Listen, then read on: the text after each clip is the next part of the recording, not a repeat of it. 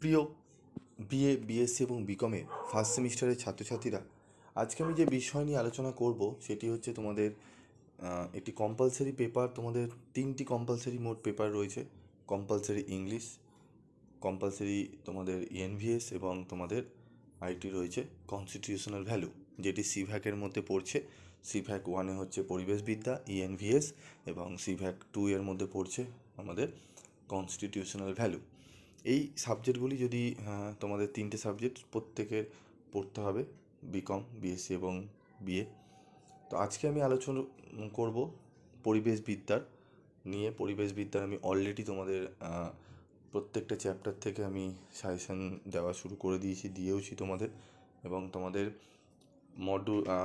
অধ্যায়ভিত্তিক আমি তোমাদের 2 নম্বরের প্রশ্ন এবং উত্তর নিয়ে আলোচনা করা শুরু করেছি। অলরেডি আমি তোমাদের অধ্যায় 1 থেকে এবং অধ্যায় 2 থেকে 2 নম্বরের প্রশ্ন এবং উত্তর নিয়ে আলোচনা করে দিয়েছি।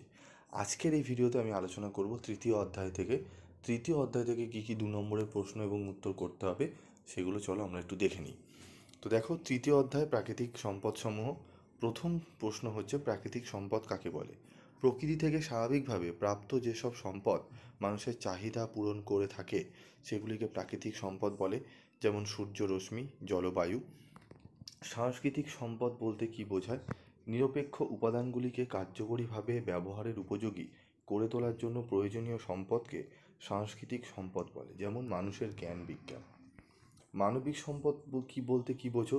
মানুষকে ভিত্তি করে যে সকল সম্পদ গড়ে উঠেছে সেগুলিকে একত্রে মানবিক সম্পদ বলে, যেমন জনঘনত্ব।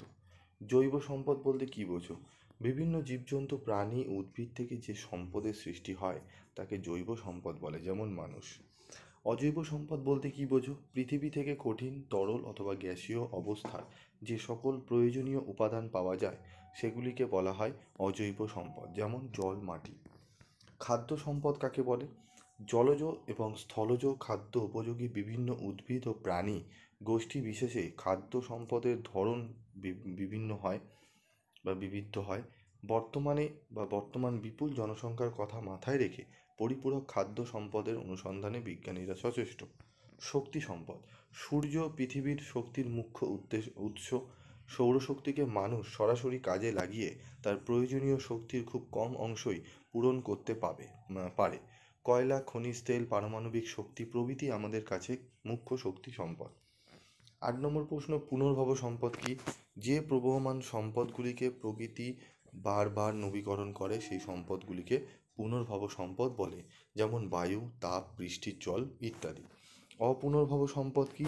যে সম্পদকে কৃত্রিমভাবে সৃষ্টি করে পুনরায় প্রাকৃতিক পরিবেশে সম্পদের ক্ষয়িষ্ণু ভাণ্ডারকে পূরণ করার জন্য ফিরিয়ে দেওয়া যায় না সেই সম্পদকে অপুনর্ভব সম্পদ বলে, যেমন কয়লা, খনিজ তেল, আকরিক লোহা প্রভৃতি গচ্ছিত সম্পদ।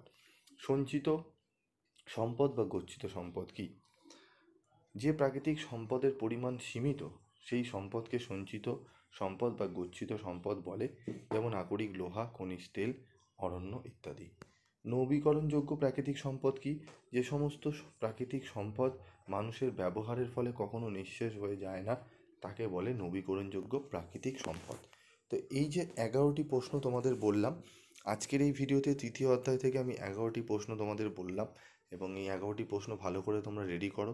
পরবর্তী ভিডিওতে আমি তোমাদের 12 নম্বর থেকে আরও 20 নম্বর অবধি, আরও আমি 20 থেকে 21 নম্বর অবধি আমি প্রশ্নের উত্তর নিয়ে আলোচনা করব।